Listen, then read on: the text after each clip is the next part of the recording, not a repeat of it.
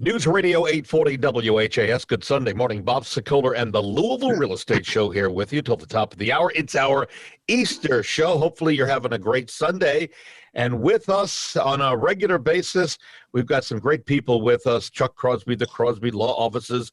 And you can reach Chuck at 499-6360. Good morning, Chuck.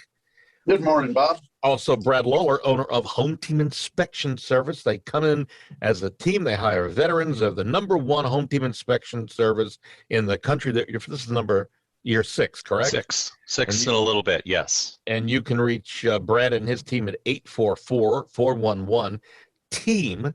And my son Greg is out currently already working this Sunday morning, getting some pictures shot in the early morning hours. Even with the weather the way it is, he is a workaholic. So good for him. He will not be on the show at this point, but it is very busy, and that's where I'm going with this. Guys, you wonder how busy is the real estate market, and we've talked in the past couple of weeks about how crazy the market is, both locally and nationally. It is a seller's market on steroids, not only here, but around the country and in Texas. A healthy housing inventory, typically a 6-month supply. 5 to 6 months is a neutral market, right? But in some cities in Texas, including Austin, they're down to just days, right? One agent down in North Texas says, and I'm quoting here, "We have women swinging umbrellas at other women on sidewalks because they are literally fighting over who was first in line to see a home," unquote. Wow. That's how crazy it's been. So, we told you a couple weeks ago we had a house on the market, 63 showings one day on the first day, and then 10 offers in. And one of my agents showed the property. She says that the cars were lined up down the block because under normal COVID circumstances, we don't want more than one group in at a time. So here in Texas, this agent is saying it's like children at school. In some cases, 80-plus offers on a home, 100-plus showings on homes. It's unbelievable. And this all goes back to a couple of things that we've been talking about on a regular basis. Interest rates are going up, slowly, mind you, but they've gone up a little bit.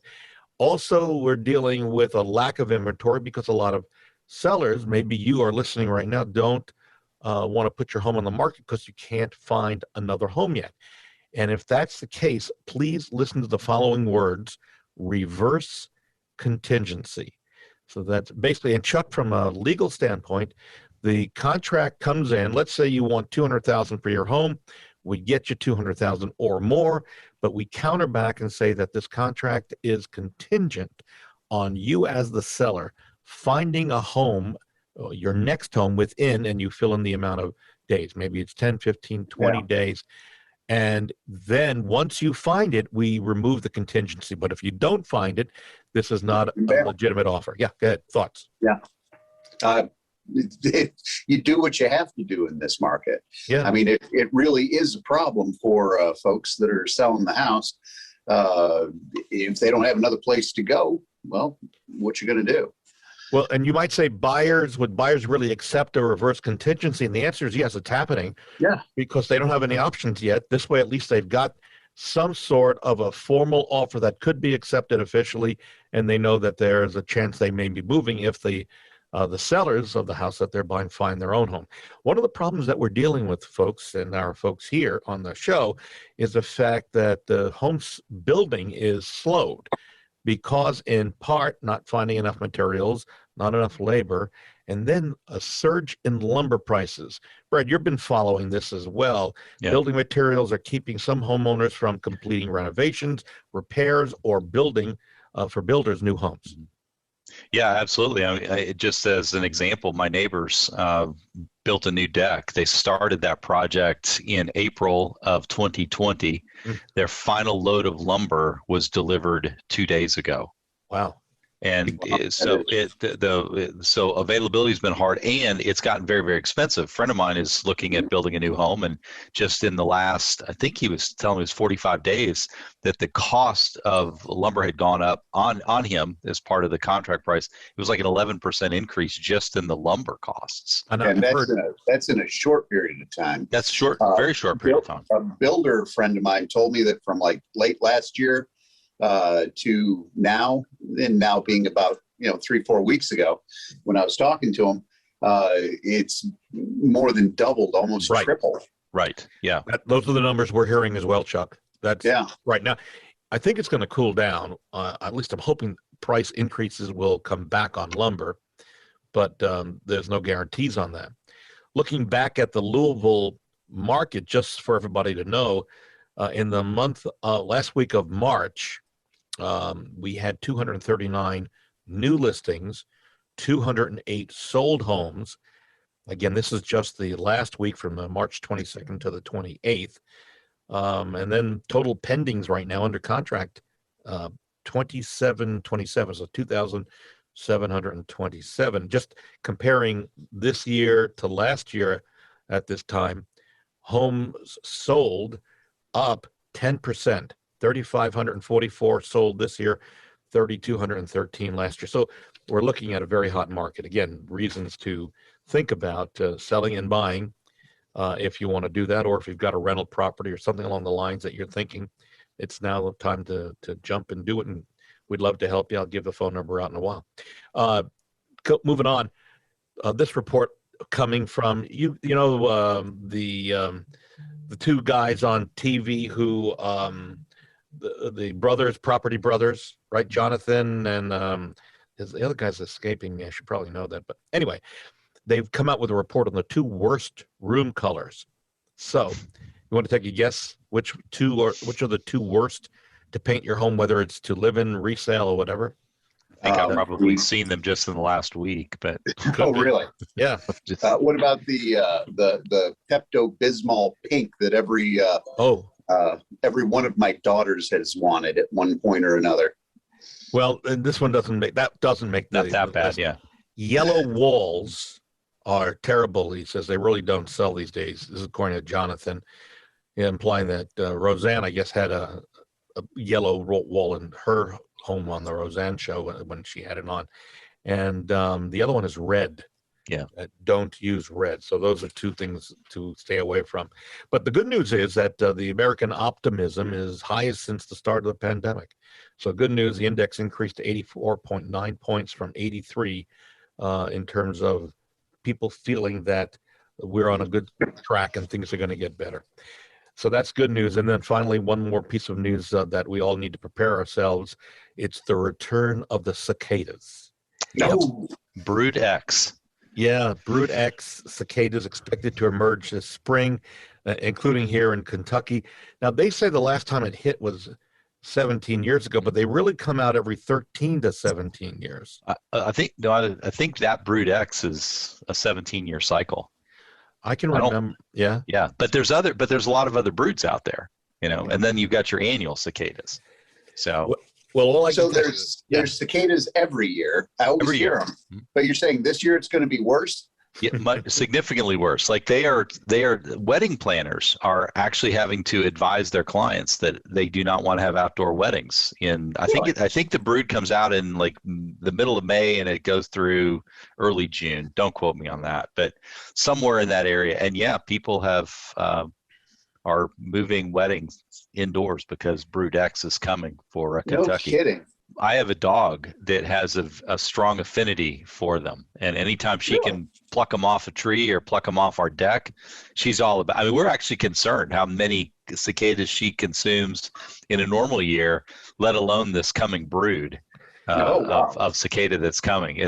She'll sicken herself eating so many of them. I can remember showing property in the Highlands when cicadas are jumping out from all over, and I was going nuts trying to keep them away.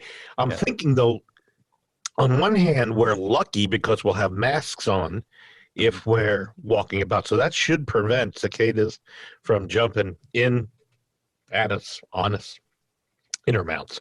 Yeah. All right, let us move forward, and let's start with some questions that we have. We're doing our COVID shows, and what that basically means is that we're coming to you from homes, offices. We pre-record these. We're taking your instead of phone calls, we're taking your emails. Send me an email, bob@wesellouisville.com, with your question. Just say in the subject line question, and then we'll get them on the air.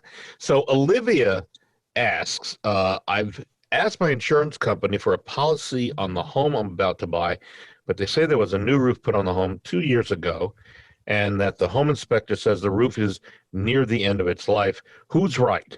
So from a standpoint, what do you think has gone on there, that they were paid but never put the roof on, Brett? Yeah. Yeah. That's what it sounds like to me. Run into that occasionally. We see circumstances where we've been told that it's got a new roof on it, but there's only sections of the roof that are new. The other materials are, midlife. It's relatively easy to tell, that a roof is nearing the end of its life. So, but fortunately, as a home inspector, I just tell you what I see. I don't have to, worry about, what should have been done in years past. I'm just reporting on what, the conditions are as we find them right now. So from a legal standpoint, Chuck, if Olivia finds out that there's a discrepancy in what's being reported, what the insurance company says, should she pull out of purchasing the home? Well, first off, I would hope that the seller has disclosed that, because if not, that in and of itself could have some repercussion. Mm-hmm. If you can't get insurance, because that would be a problem. And they can pull out and get their good faith money back if they wanted. The reason being, at least the last couple of times I've seen it, and unfortunately you see it, especially when, we've gone through hard economic times. They needed the money more than they wanted the roof, so they just kept it. But they didn't disclose it on the contract. So that right there is just obvious misrepresentation. So. All right, moving forward, Benjamin wrote us. He said he just bought a log cabin house and needs an inspection. So how can he pick a reputable company that is going to give the house, a log cabin house, a thorough going over? Brett, are there specific inspectors for log cabin homes? Very much so, yes. Log cabin construction is very, very different than a typical framed house. You've got to have somebody that knows how log cabins are inspected. In fact, on my team, I have 2 people that specialize in log cabins.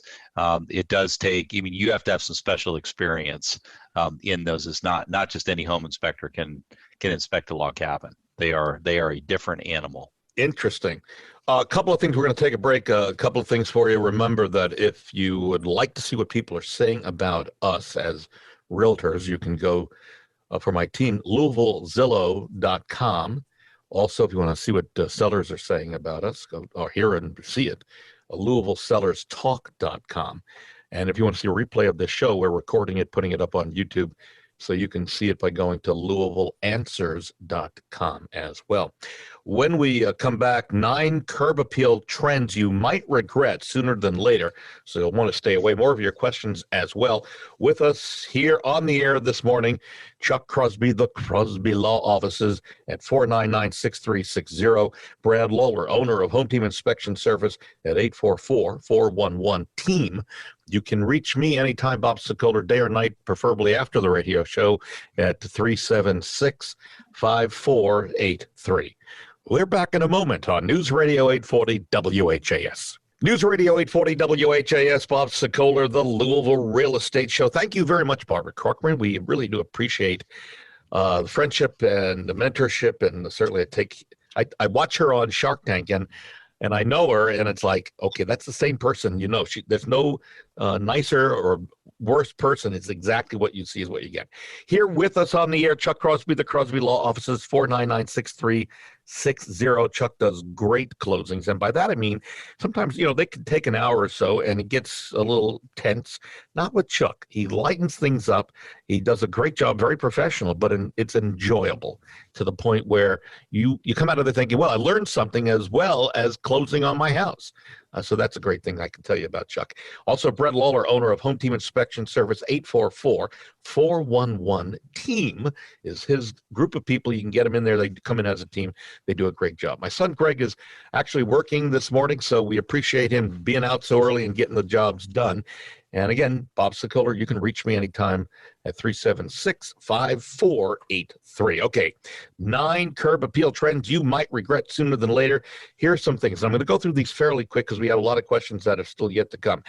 Too many colors within your exterior or even interior can be distracting and slow down the sale of your home.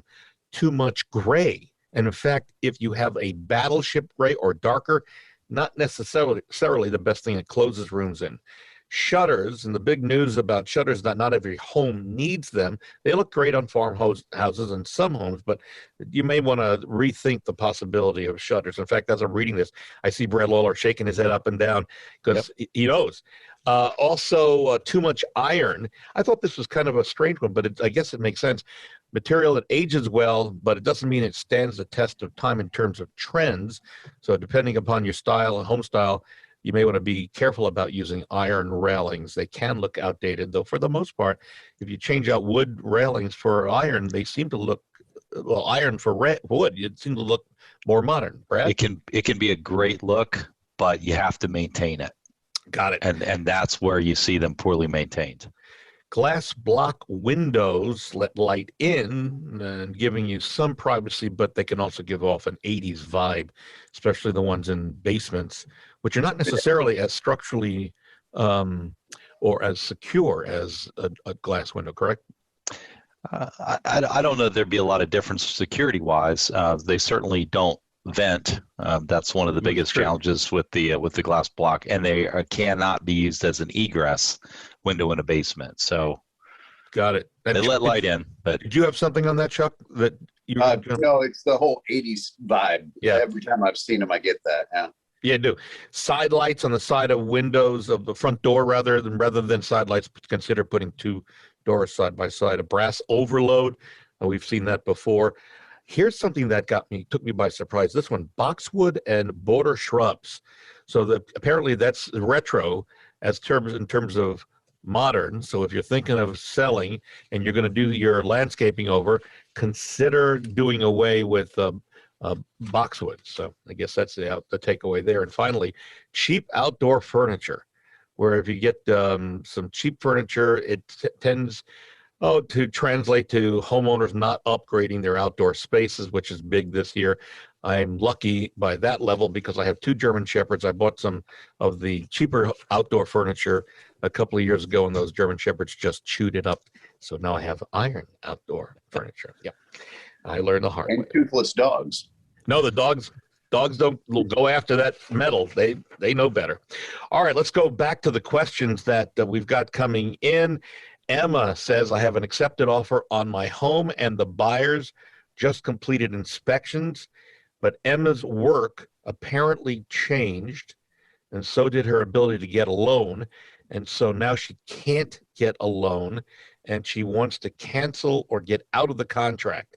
So, Chuck, some words of advice for Emma at this point. Emma is our seller, correct? Emma is the seller. That is correct. Yeah.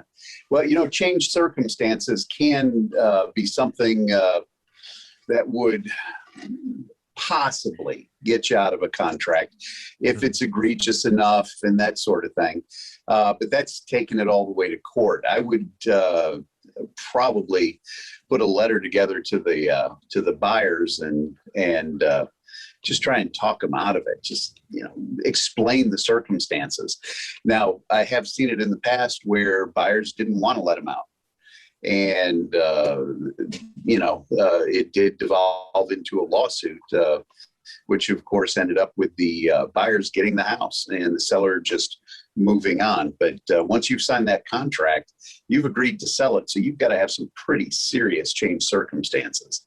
I was thinking the only thing that could possibly work if it was before everyone signed off on inspections and the buyers requested specific inspections, you could turn them all down. Say, no, I'm not going to do anything, and then see if they'll. But in today's market, do you think that would work?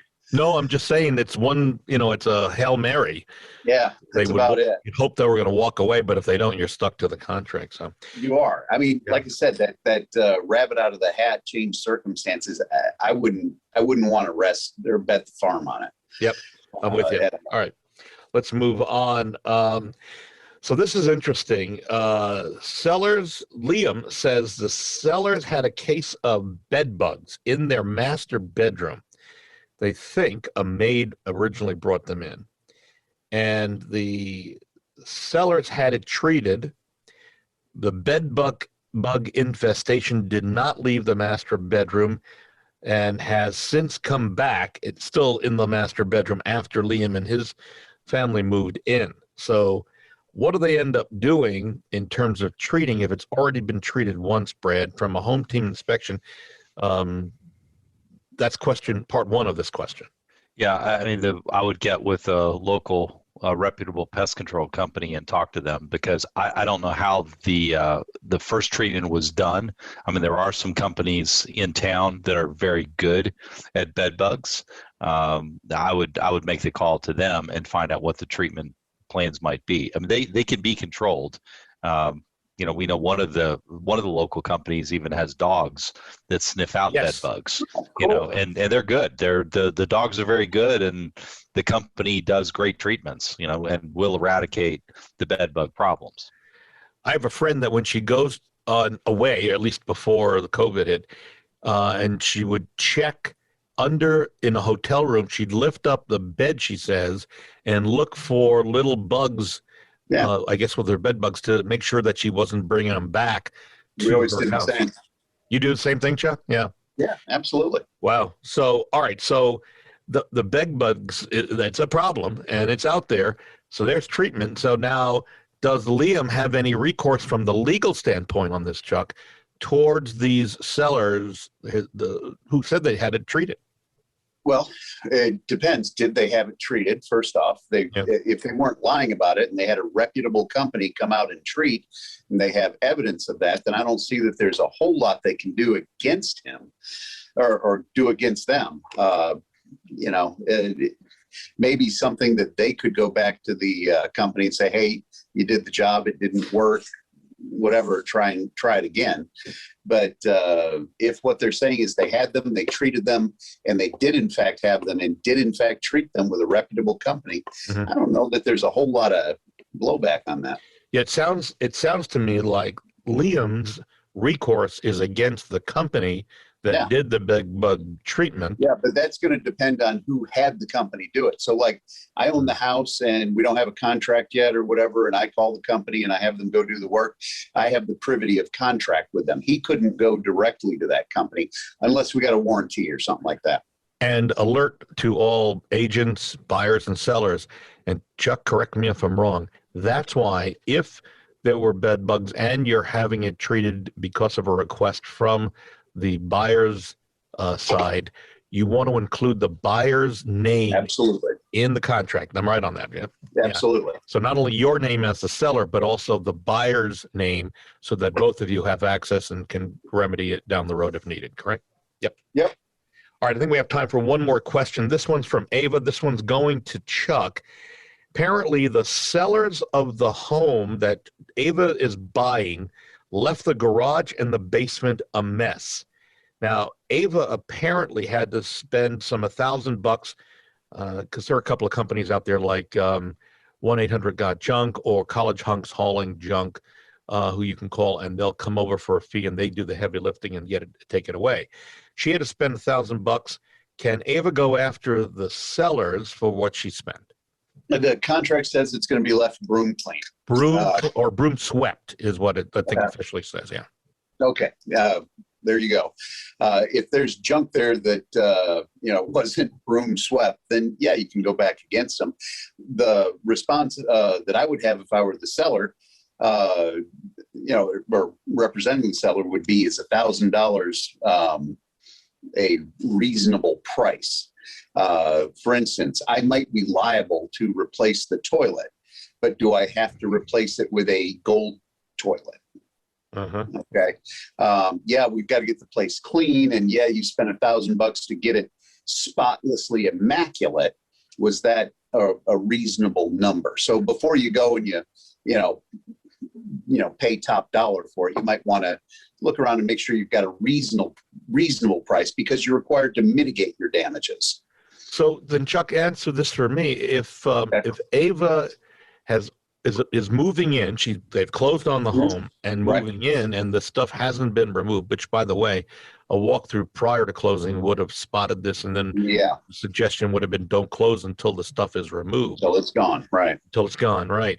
So does Ava really owe it to the sellers to shop around for a better deal, or can they just go ahead and...